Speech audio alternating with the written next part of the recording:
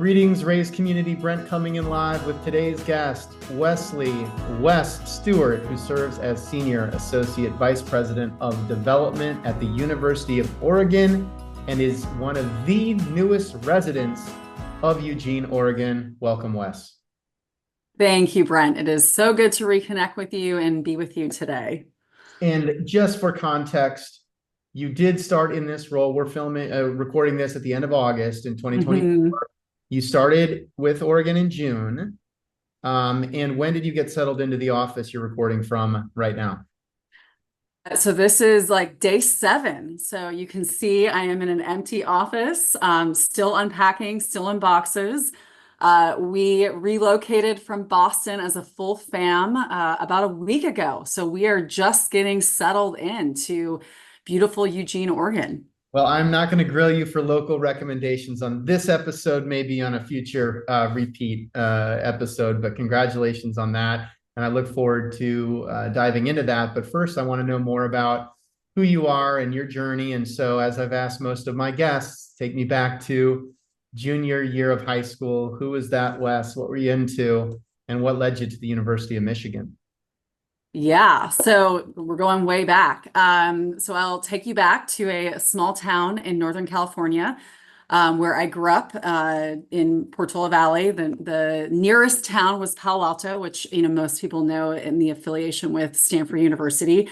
But I grew up in a household that sports were a huge part of our family's identity, and really college sports. So my dad and my mom both went to USC, and I would say describe our childhood revolved around USC football. Christmas vacations were, wherever they were, whether it was a Rose Bowl or national championship games. So I just loved that kind of sense of like school spirit and pride of your alma mater. And so as a high school junior, I was also a 3-sport athlete, so very competitive, swimming, basketball, and then water polo, which may be a little less familiar to my East Coast friends. But I describe it as like wrestling meets basketball in the water. And I was that kid who fouled out of every basketball game. So the club coaches at Stanford were like, you should play water polo. You can foul all you want. And so really fell in love with that sport. And candidly, I had seen that example in my dad was a college student athlete. My uncles were college hockey players. So I kind of grew up with that as being an aspirational goal of getting a scholarship and going to an outstanding university that had a great tradition in athletics as well as academics. And so junior year, I actually went on my recruiting visit to the big house, and they were pretty strategic in bringing, a Californian out in like beautiful September fall colors, step foot, in the big house, game day, just fell in love with Ann Arbor. And I would say, the campus experience, right? Just the breadth of that place, but also really it was rooted in the 2 women who hosted me are still dear friends to this day, Caroline and Meg. They hosted me in their Sigma Chi house. And, actually, it's a fun fact. We just celebrated their 40th birthday at Rick's American Cafe for my Michigan alums who know. The same place we celebrated their 21st. So it's amazing that full circle. But there, I think just my kind of impression of what the team was like and the women that I would be playing with and like the lifelong friends, like all of those things came together and why I ended up at the University of Michigan. I would say much to my dad's demise. He was incredibly disappointed that I didn't follow his footsteps and be a Trojan. And of just my luck, Michigan played USC in the Rose Bowl my freshman year. And so I was that like sole Wolverine fan in my rabid family of Trojans. And unfortunately, Michigan is yet to beat USC in a Rose Bowl that I have been at. So that they still have that over me. I love the backstory. And also, I just have to say, if there is a moment where people might have stronger awareness of water polo, it should be now, given that the Olympics just ended. And we were watching a lot of the Olympics. I have 3 boys, they're 10, 8, and 5. And at one point, and what was great this year is I just feel like with all the on-demand and the different capabilities, like you just see more of it, even if it's not live. And at one point I flipped on water polo And I have a dear friend from Northern California who played water polo at Brown. And so I've always had an affinity to the sport. And I flipped it on, and my boys were like, what is that? That's so awesome. They're like, how do we learn more? They love to swim. And literally it was like you were saying, because they were wrestling. It was Mhm. it's like everything I try to teach my kids not to do at the pool is what they were watching in the Olympics. Exactly. So I do remind my team, if you want to know why, like why and who I am and why I can kind of appear sometimes a little intense, I'm like, just watch water polo and then you'll understand me.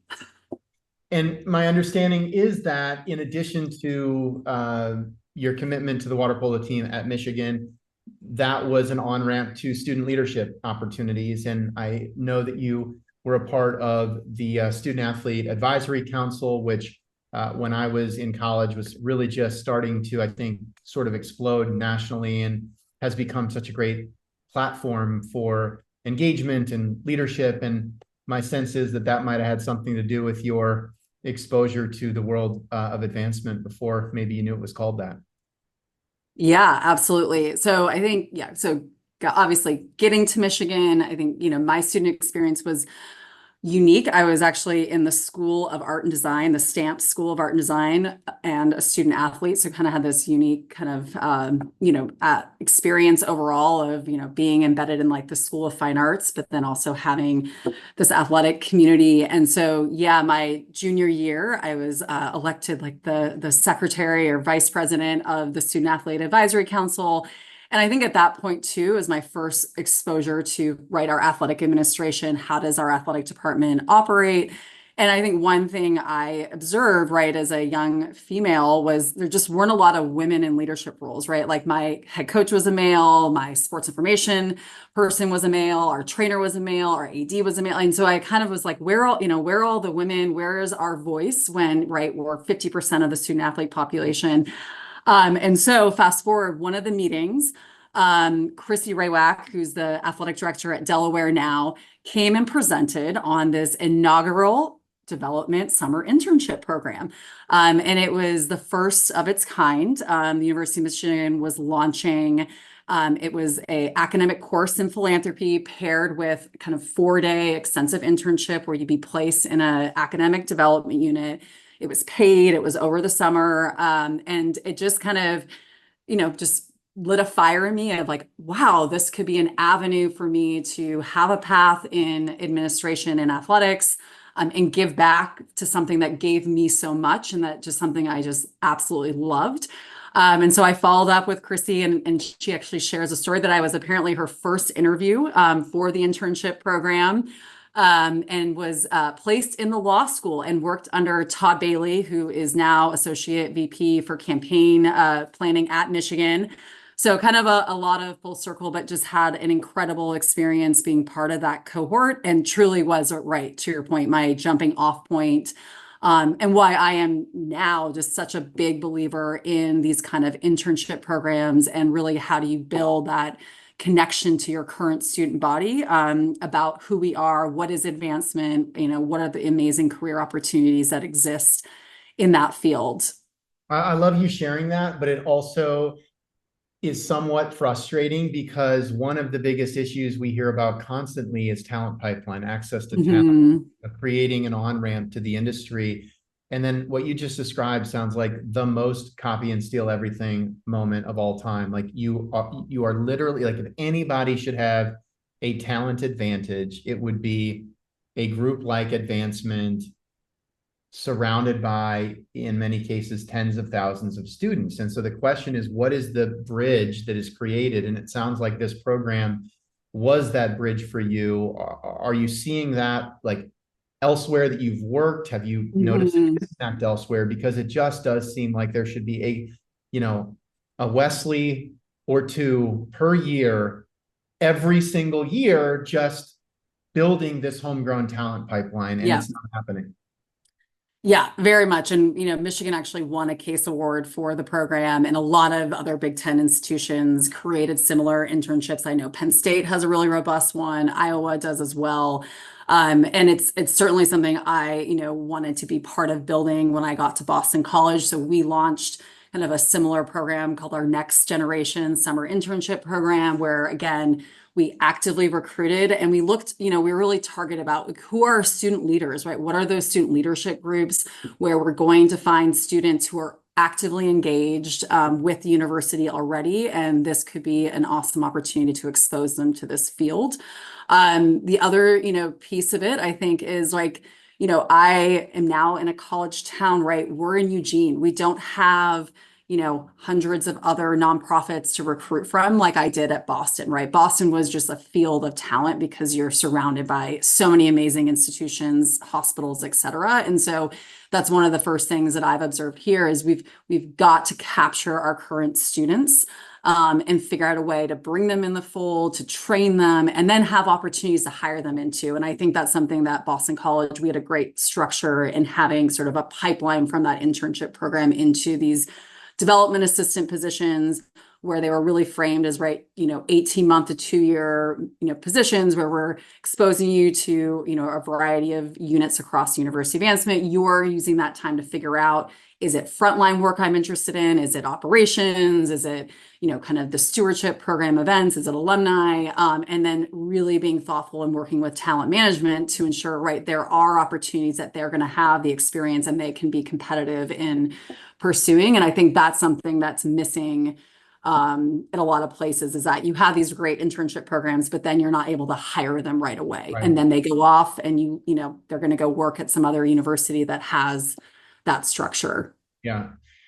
So, by the way, before we conclude this chapter, I just have to ask, single greatest water polo memory? Oh, yeah.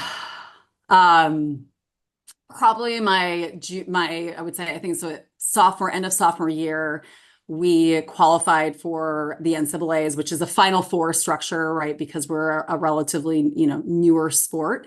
And we hosted it at Michigan. And so that was really special to have competed to make that team and start and be at, our home pool at Canham Natatorium. So that will always be a very memorable kind of end of my season sophomore year.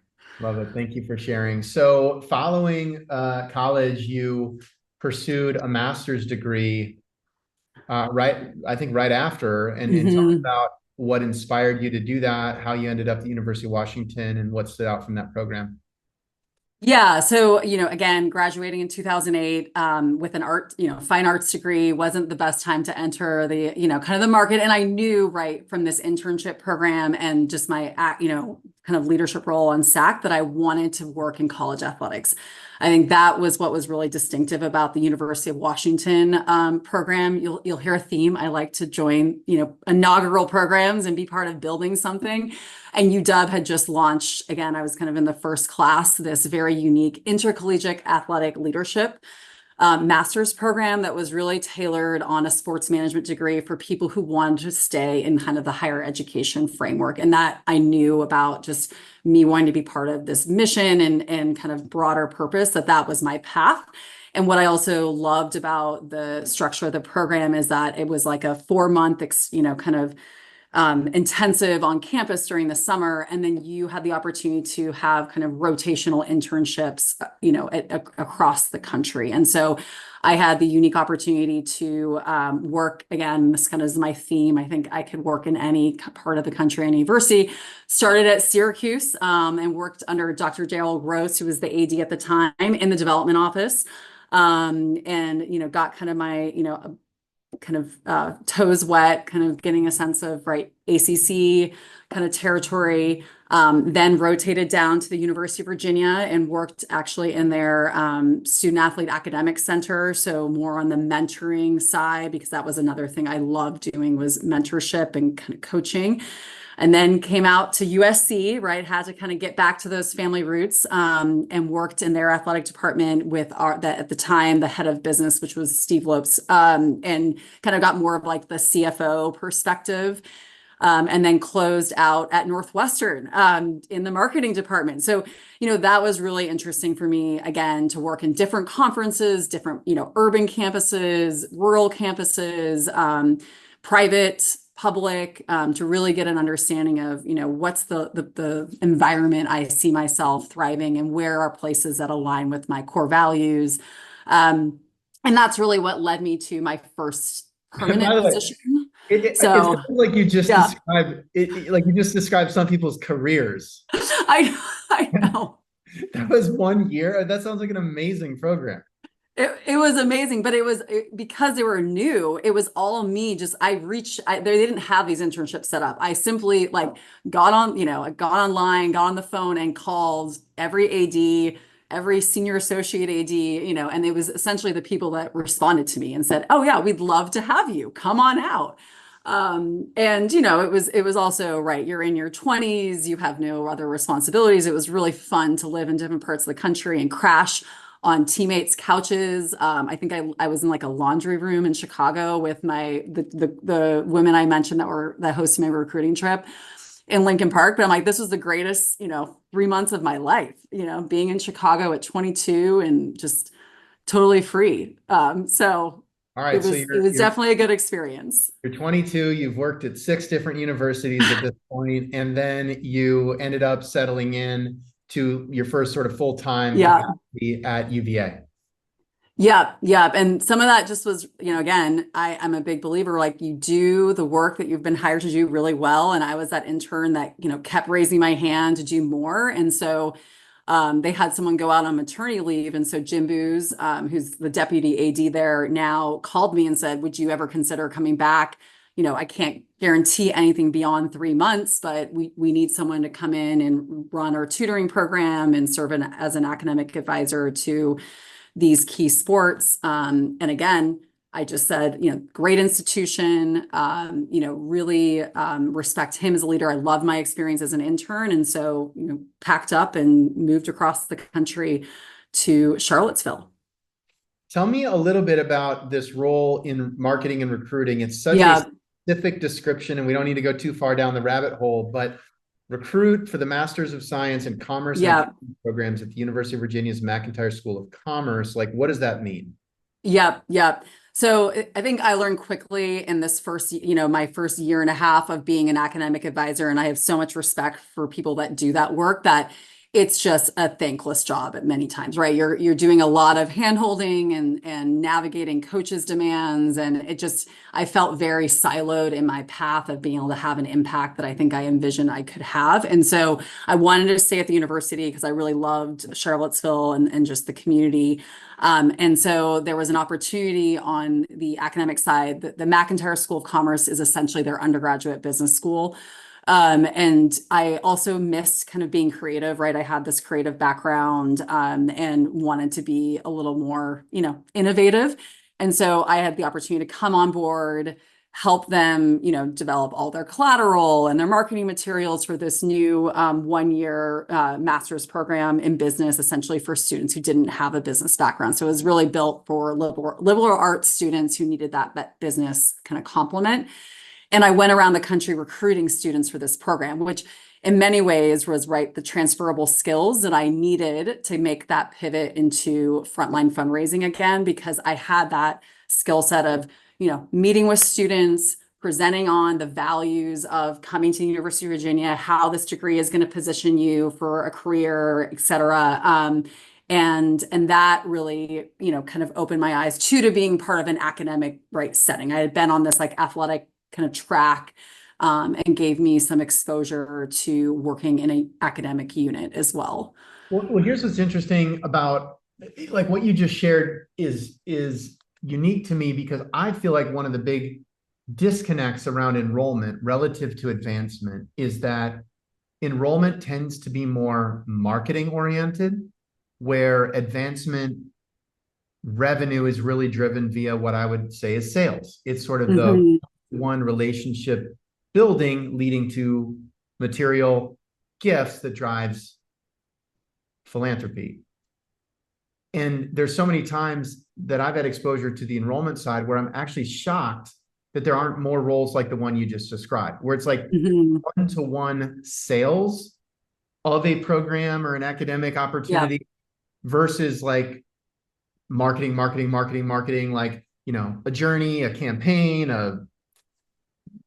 but maybe there's some personalization, but it just feels like, I don't know, there should be more one-to-one relationship building around huge life choices with material price tags, like, should I go do a master's program?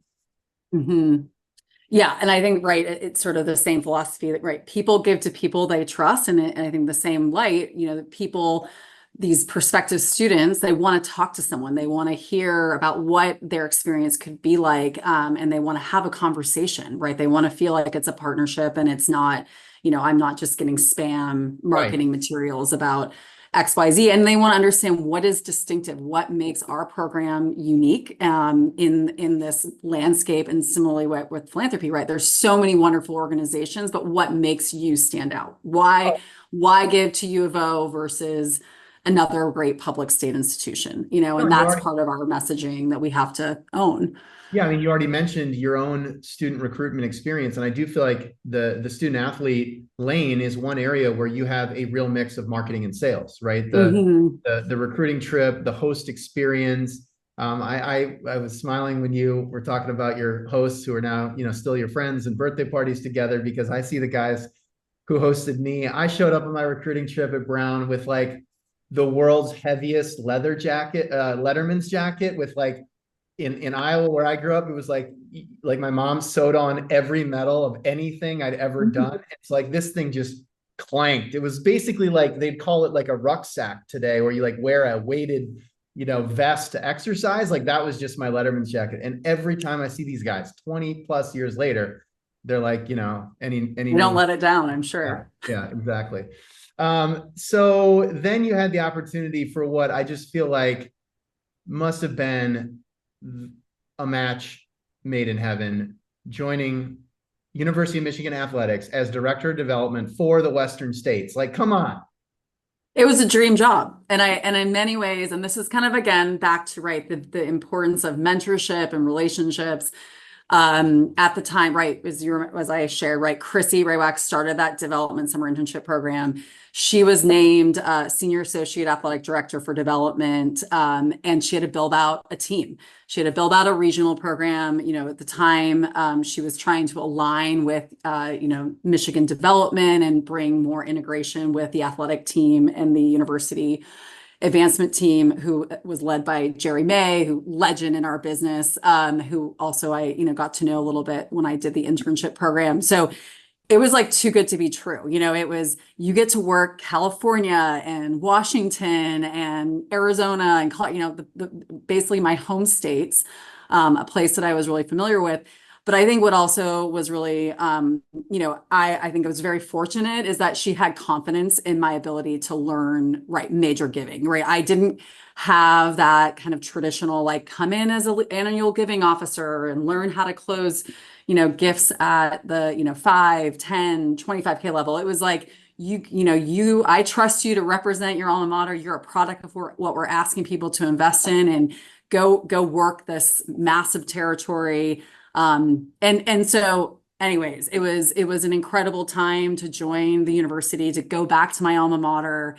And then I will also say, I was fortunate to have an incredible direct boss, which Katie Froman, who's now the SVP at DePaul, who again, fortunate to work for a female, right, who at the time had 3 boys. So as someone who aspired to be, a mom in this business, it was also really nice to have that role model and coach as I was navigating kind of my first development job. So they throw you into the deep end of the pool, and that has Exactly. been said, very familiar waters. And just tell me about, I mean, it must have been amazing. First of all, I want to donate to Michigan Athletics, and we're only 20 minutes into the conversation. So was it just really easy? Did you have like crazy objections you had to deal with? Like, were there any really memorable, I don't know, donor experiences that you think of? Because, having the opportunity to like dive right in, and like clearly, yeah, you're a product of it. You can speak to it authentically. But it's still like at that stage in your career, asking somebody for $1 million that's a lot. Yeah. And it was a unique time for the athletics department. So we had taken a shift and went into, I would say, a more corporate approach, right? We had hired Dave Brandon as the athletic director, who was the former CEO of Domino's Pizza. This was a drastic kind of movement away from kind of that traditional athletic administrator who kind of came up through the ranks. And he, had a vision, right, to really professionalize and in some ways commercialize Michigan athletics. But he had some brilliant plans around like the ambition we would have as a fundraising operation, right? He was very sales oriented, very externally oriented. And so I think that positioned us as a fundraising team very well because, there was a clear direction we were moving. And a lot of it was rooted in like the physical landscape. So we had a, $200 million goal around this, brand new South Campus athletic, complex that would really impact our Olympic sports. But I would say during this era, we were also in the midst of kind of a football coaching transition period, right? And as anyone who's worked at a major Big Ten or regardless conference, but school where football is a huge part of our identity. The team did not have the most success during my era fundraising. And so there was definitely some tension around, leadership and where we were going. And is Dave the right leader at this moment, which again impacts your ability to secure really aspirational gifts if there is that conflict with the person leading the charge. I think my experience was also really Sorry. enlightening. Oh, go ahead. Well, your point being, people want to back a winner, right? They want Yeah. to invest behind momentum. And it's a little tricky because that's also part of why we need the support. I mean, you can sort of modify or try to redirect the conversation, but your point is when things are good, it's easier to get a visit, it's easier to conduct the visit. There's just a better tone or sentiment, and you can feel that. Yeah, but I think it also gave us an opportunity to really focus on philanthropy and get out of, right, this sort of transactional mindset, which, right, most athletic departments at that time were really still sort of set in their, we need donors to give because they want access to tickets, to parking, to et cetera. And it gave us an opportunity to really shift the conversation around, right, you want to be part of this mission of educating amazing student athletes who are going to go out and serve the world and have an impact and less about you're giving because you want to see us win a national championship, right? And so I will say that was a big, that I learned a lot around, right, how to really, I think, elevate people's sites, particularly because I had the West Coast region. People did not care about parking. They didn't care about tickets. They really wanted to be involved and build that bridge back to Ann Arbor in a meaningful way. So I think some of the lessons learned, I would say early on, was just prioritization, right? I was seeing everyone and anyone. And I think after about 18 months, 2 years in the role, it's like, okay, there are certain markets, there's certain people I really need to hone in on. And even if I, really hit it off with, alum and we have a lot of connectivity, but they really don't have an inclination, they don't have the capacity, I gotta move on. And so that kind of, you know, cadence of learning, right, how to, really manage your portfolio effectively and, think about, what are those key touch points and where do I, need to invest my time in people. That kind of came out of that kind of experience of being thrown into the deep end and not really knowing how to do the work in a like maximizing the Well, portfolio at hand, it right? sounds like it sounds like part of what you're describing Mhm. is the importance of disqualifying people. It doesn't mean that they're not great supporters or great people or friendly, but the sort of ruthless prioritization angle would be it's just not worth your time. Like your time is so valuable as a development officer because you have seen what 1 hour of quality engagement with a qualified prospect who's really interested can become. And it's sort of like every hour not spent doing that is a real missed opportunity. And it's got to be hard, especially if people, genuinely like you or you connect. So tell me more about how you balance um, not wanting to, yeah, how do you like assertively qualify or disqualify while Yeah. making sure that you're not I don't know, jumping to conclusions or becoming Yeah, even too transactional in your own approach, because sometimes qualification is a journey. absolutely. And I think that's also something that we as an industry have to, continue to evolve in is sort of thinking about, right, the trajectory of people. And I think that some places do that better than others where, there may be some people that, right, in that initial conversation aren't ready to make a significant investment, but they're on a trajectory, they care about the institution, they have, and that's where our role is, and I think I kind of came up with somewhat of a system to say, okay, people that, clearly don't want anything to do with us, that's a different category. But people who, they want to stay involved, is it, I flag that I have 2 to 3, 2 touch points a year. It may be simply a phone call or I'm sending, an article on things happening in Michigan athletics. But I don't lose track of them, but I'm not going to put the same energy and focus. So that was part of my process of thinking thoughtfully about, right, who is going to be with us 10 years from now and may be in a position to make a significant gift versus only focusing on those folks who are in that position now. And I think, right, and we know this in our country, we're in a moment of a significant transfer of wealth to the millennial generation and, the way that we think about it, you can't neglect your 2000s. And I see that happening a lot where you come in and we're just so focused on our 80s and 90s grads. And that's the cohort that's going to carry us over the next 5 to 10 years. And we've got to change how we're engaging with that population and bringing them into the fold sooner. Yeah, no, I feel like there's such a it's very binary right now. It's like you're an active prospect in discussion, or you're just over there in the mass marketing pile. And we've tried doing a lot of work to think about like more sort of sliding scales of personalization, because we can't take our eye off the top of the pyramid at all. It's obviously where the work needed to be done this year is going to happen, in the most part. But I even think about it myself. Like I graduated in 2004. Like, I hope I can be a big donor. I want to be a big donor. Like, that would be amazing. So how should I be engaged today? Like, Mhm. how do they effectively use their time today, efficiently? Because there are other people today that are further along and ready to do more than I could right now. But that doesn't mean that I just want emails, mass email. Mhm. And so it's an interesting, yeah, for sure, opportunity. And how do we nurture people that definitely want to be involved, but maybe not at the Mhm. level that meets your specific threshold right now.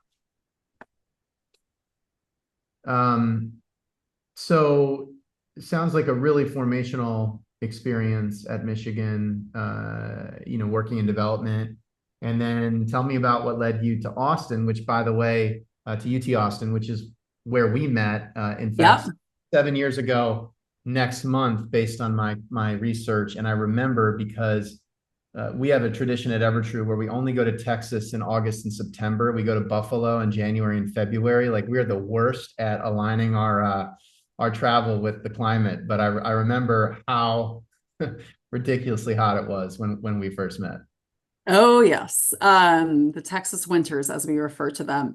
But, I think I had been at Michigan for about 5 years. I think, too, I was ambitious, right? I wanted to eventually run my own development shop in athletics and potentially be an athletic director. So, the opportunity to serve as the assistant athletic director and lead the major giving program there, in a moment, again, where they were kind of, I would say, 5 years behind Michigan as far as building out a true kind of philanthropic structure where it wasn't just rooted in transactional support. So that was really compelling. I really liked Amy Folin was the head of the Longhorn Foundation at the time, and just liked her. Right, she seemed like she got great values, great energy. She's still a mentor today, 80 at Central Michigan now. So brought me in. And again, I think what really drew me in, Austin is this like awesome dynamic city. Texas athletics, right? It's the biggest athletic department in the country. Like you can't, you can't go from Michigan to probably anything else. And so, but also really the opportunity to build something, right? I came in not managing anyone and had to, recruit, eventually about 6 fundraisers. So really, being able to build it, think about, how we're onboarding these people, how are we equipping them to be successful, how do we integrate into the university development. When I got there, we didn't talk. We had our own database. The university, VIP development, we didn't interact. We didn't play nice in the sandbox. So there was a lot of opportunity to build partnership across campus and collaboration and just change our culture while being really ambitious with our fundraising. And certainly I would be remiss if I didn't also mention I met my husband in Austin and got married in Austin. So there was a lot of really positive life experiences alongside, I think, really growing in my first management role. Yeah. I just have to ask, because it's come up so much recently, and I feel like we talked about it when we first met 7 years ago, but it just feels like there is such a massive disconnect as it relates to the intersection of athletics data, development data, and the potential to more strategically mine those data sets and really equip fundraisers. Like it just seems like there's this constant, even just last week I was talking to a peer institution and they're like, yeah, we have a XYZ football game upcoming. We just got the list from Paciolan of the new season ticket holders. Somebody's going to try to wrangle that into our database, and then somebody's going to try to make sense of it. And I'm like, it's 2024. This is so relevant. And it feels like it's 1994 as it relates to this part of the advancement tech stack, if you will. And you've talked a lot about trying to turn more of a transactional ticket, suite, et cetera, oriented approach into a more holistic philanthropic one. But I would think that like those data constraints, like, and I don't know the specifics of each of the institutions you've been at, but just what is your overall observation on that opportunity? Yeah, I think it's a little bit rooted in this sort of fear of a zero-sum game, right? That if we share information, that somehow we're going to lose, support from one particular area. And so again, it's just getting to that place to really understand, right? Our donors don't see us as separate entities, right? Our donors see us as one institution. So for us to, I believe, maximize someone's philanthropy and really inspire the largest impact, you have to be coordinated. You have to come as a united front. And so there's work to be done in that space. And I think, looking ahead of, my next stop on the journey, I think Boston College is uniquely positioned because it is entirely centralized. So it's not necessarily the model that everyone can learn from. But that was probably the only place I've worked where they really do work together. And you really see that where, someone, and we have to assume, right, there are not, most of our donors care about multiple things across campus, right? Very rarely are you going to have, an athletics only donor. And so to me, it's just we're leaving money on the table if we don't figure this out. And that's really what should be driving all of us to be thinking about how do we integrate this and so that we are aligned, we sharing information. Transparency is so key for us to do this work effectively. Well, tell me about the behavioral health center gift that you worked on, because that to me bridged a lot of different, gaps that are rarely bridged from what I can tell.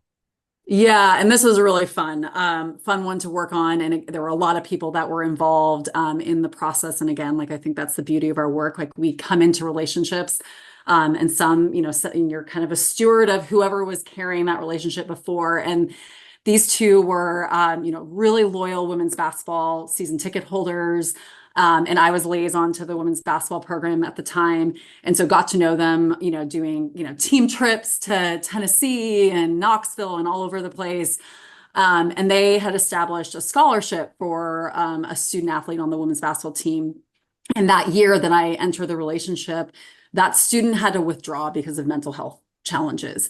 And that really opened their eyes to say, we're at the University of Texas and we don't have the resources or plan in place to ensure that this young woman has the support to thrive and stay at this institution.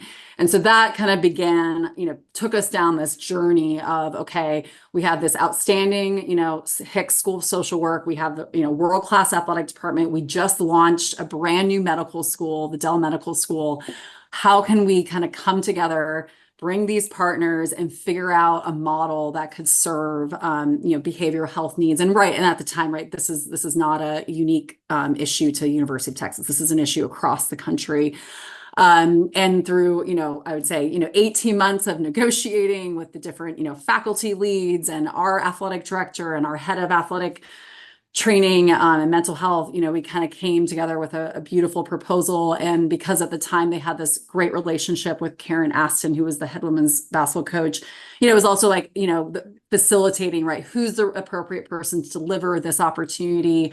And it was something that, again, just really aligned with their passion, but also their interest in trying to solve for something that was clearly missing and impacted the ability of, students to stay and thrive at the University of Texas. So again, great example, of, how we can do really significant philanthropy when we bring different entities together at the table, because that certainly wouldn't have been, the level of gift it was had it just been done in the athletic department.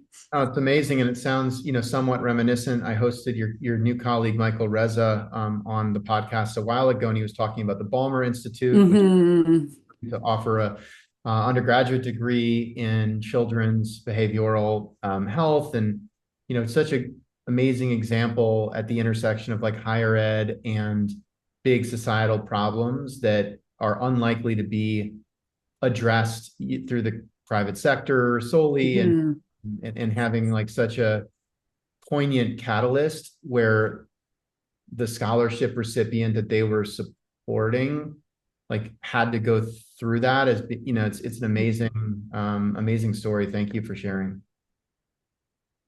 And so as I joked before we started recording, and we're coming up on time, so we'll keep it brief, but you spent you had a good run at Boston College, and then have now made the move to Oregon. I feel like you've officially like lived everywhere in the country at this point. You've worked in every region, but just tell me about the kind of highlights at BC, and then ultimately what led to this opportunity at Oregon. Yeah, absolutely. So, I adored my time at Boston College. I think it was really valuable being at a private institution, candidly, just to get that perspective. And one that is so rooted in their mission and their values as a Jesuit institution, and very, and I think of that time, we went through COVID, I had 2 children, like so much life change, and that community shows up for each other. And part of it is rooted, we've had a president for, 2 decades, just such stable leadership, Jim Husson was the senior vice president when I worked under there, who's the, VP at Penn now, had been there for 20 years. So I kind of walked into, what I describe as just an outstanding culture. And so really learning, I think, in my first sort of executive leadership role, like what does a really well-run advancement shop look like? What are those best practices around organizational efficiency and culture? And also being there to be part of the planning team to launch a $3 billion campaign, which we did this past fall. And so I can't thank, BC enough for the investment they made in me as a professional, but also, it was the pivotal moment where I left athletics, I made that decision to kind of take myself off of, what I thought I was, on this athletic director track, and really see kind of I would say, just the comprehensive impact you can have in a university-centered role versus, being in my silo. And so that I am, was, clearly the main kind of, I would say, outcome. And just, again, help me understand that fork in the road. Yeah. I feel like you must have so many amazing mentors who could offer you the perspective and like real talk around the AD path, on the advancement path. Like what tipped you in one direction versus the others? And frankly, what did all of your AD path mentors think when you made that move? Yeah, I mean, it was hard. And I still, and people, it's interesting, I think there's been, a shift, right? It's a different, with NIL and some of the complexities of athletic, the college athletic landscape, you're seeing more of us, right? I think leave that space. And so, there's a few things, right? I think one, there was an incredible growth opportunity for me to, keep advancing in my career by, at BC. So that was one piece, right? Elevate to an associate vice president, lead a much larger team, much larger revenue responsibility. Um, B, I had my first child. So I think too, right, being a parent changes, and you have three boys. Like I think it changes your perspective on how you want to spend your weekends and your evenings. And I think the idea, and not that I work less than I did in athletics, I just have more control of my time, right? I'm not bound to, where, we're traveling for an away basketball game at, or I'm, at Conti Forum at 9 p.m. for a Tuesday tip off against UVA. Like, so that was a piece. And then I think just, from a philanthropic standpoint, like I wanted to work on more interesting, complicated, larger gifts. And I think that's, you get to do that when you can represent the entire university, and the idea of partnering with different academic leaders and the provost, like all of that was really compelling to me, to make the shift. But I also think going back to, what drew me to Oregon, it being at an institution where, I'm not overseeing athletics. That's not part of my portfolio, but I'm at an institution that values athletics, right? It's a huge part of our identity. It's the front porch, in many ways to, right, prospective students to alumni. And so it's like I get the best of both Yeah. worlds. Is how I see Well, it. and I guarantee there's somebody sitting there with season tickets that have been a long time loyal supporter that want to do more philanthropically, and that you're going to be able to flex some of those muscles and hopefully convert that incredible fan engagement into a more holistic and robust donor pipeline for sure. Um, to that end, are you hiring? What's going on? I mean, do you even know Oh yet? yeah. Yes. Yes. So, I think one of the things, right, we have an incredible foundation, and right, I know you've talked to, other Mike Andreasen and Michael Reza, you have some perspective, right? We have been so fortunate to have incredible support from, very, very top of the pyramid, transformational gifts that really very few institutions can depend on. But where I believe like the huge opportunity is like the big fat middle. And that's my sweet spot, right? I've been I am a major gift at my heart and soul. Like that's the work I love doing. And that's the space where we have got to, build out more robustly. And so one of the first priorities in my role, and where I see there a gap right now, is we don't have a regional generalist team. So we do not have, fundraisers right now at the University of Oregon who can speak, a mile long and inch deep about the amazing things happening across the campus and really be donor centric and university centric. So that, undertaking, hopefully,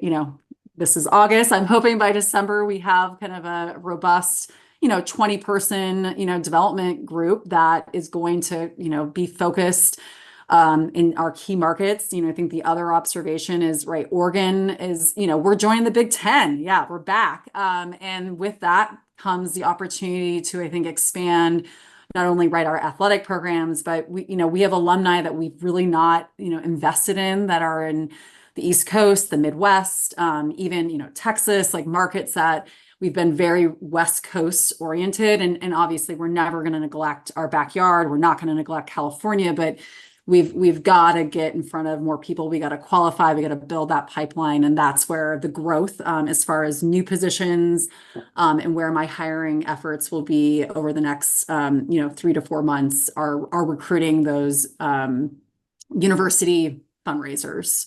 Can I just ask real quick, like, as you think about that in 2024, in a world of more flexible hybrid work, I mean, I know there's still some constraints out there, but yeah, I'm just doing a quick scan. You've got, thousands of alumni in San Francisco, over 10,000 in the Bay Area. You've got 8,000 in Seattle, at least 5,000 in the New York area, 3,000 in LA. Like, are we at a point where you're just embedding somebody in each of those local markets, bringing them to campus, doing the onboarding and training, but keeping them like on the ground in the markets, or are we not there yet? We're definitely thinking through that. Again, I've worked in both settings, right? At Michigan, we had that structure where people were integrated in the markets, and I think that was incredibly successful. But there was also an investment from Michigan to ensure that those employees felt connected. They had that, structure in place. BC, we were pretty conservative. Like we had a whole West Coast team and they all lived in Boston and they had to do that commute. And it's hard. I did it from Ann Arbor and it's a tough market to cover. And so we are exploring that. The one advantage that we also have is that we do have a University of Oregon campus in Portland.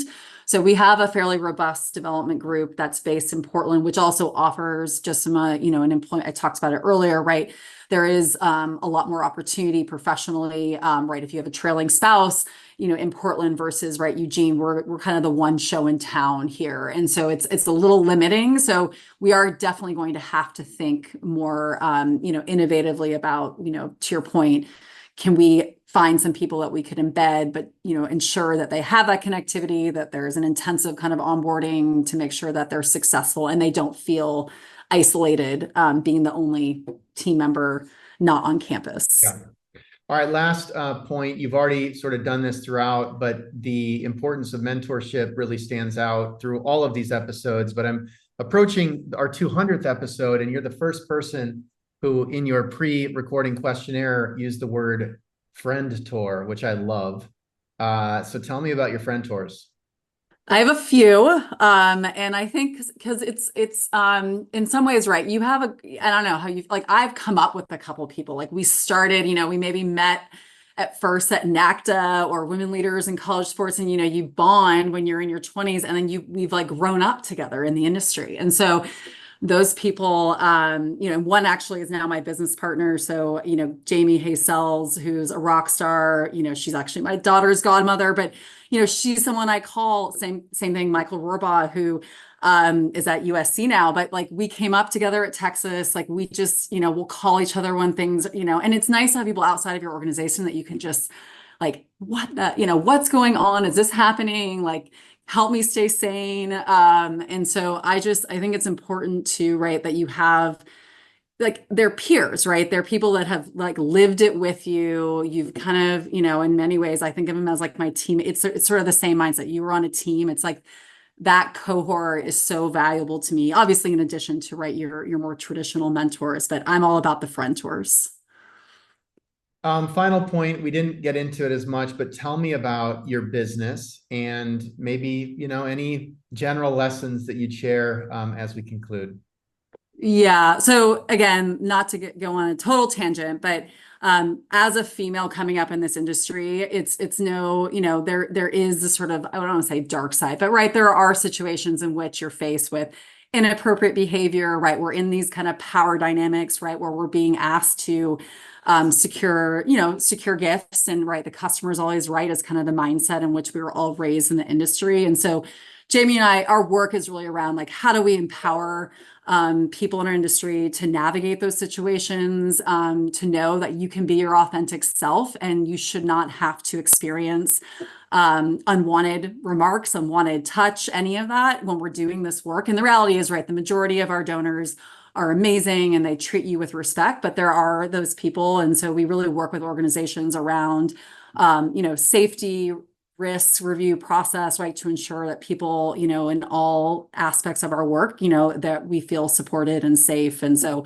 a lot of my work is rooted in culture work with organizations. And again, it's about retention, right? We want people to know that where they work, they're supported and they can be you can be yourself, and not be, in, fear of, losing your job, or, if you speak up, you have that kind of leadership support. So I would just kind of close, and that's really, again, my overall philosophy. It's all about people, right? Your people are your best assets. The work we do is about relationships. And so, that's the group that I, I'm always thinking, it keeps me up at night. Like, how do I make my people feel valued? How do I make sure they have what they need to be successful? How do I make sure that they feel safe and supported in the roles, representing the University of Oregon? And that would be like my final kind of like closing message, right? It's, that we are our most important asset. And so, take care of them. Wesley, thank you so much for sharing your journey. And I really look forward to continuing to get to know you. Best wishes as you all settle in Eugene. Someday I will ask you for recommendations once you know what they are. And in the meantime, I would encourage everybody to reach out to Wes. She's active on LinkedIn, easy to find. Mention that you heard her on the Raise podcast. And with that, I just want to say thank you. Thank you, Brett. Truly a pleasure. And I do look forward to staying in touch and, suggest you come out to Eugene in the summer and not during rainy season. So we'll get Done you deal. We consider it, situated. yeah, a plan. And so with that, I'll wrap today's episode with Wes Stewart, who serves as Senior Associate Vice President of Development at the University of Oregon. Thanks and take care, everybody.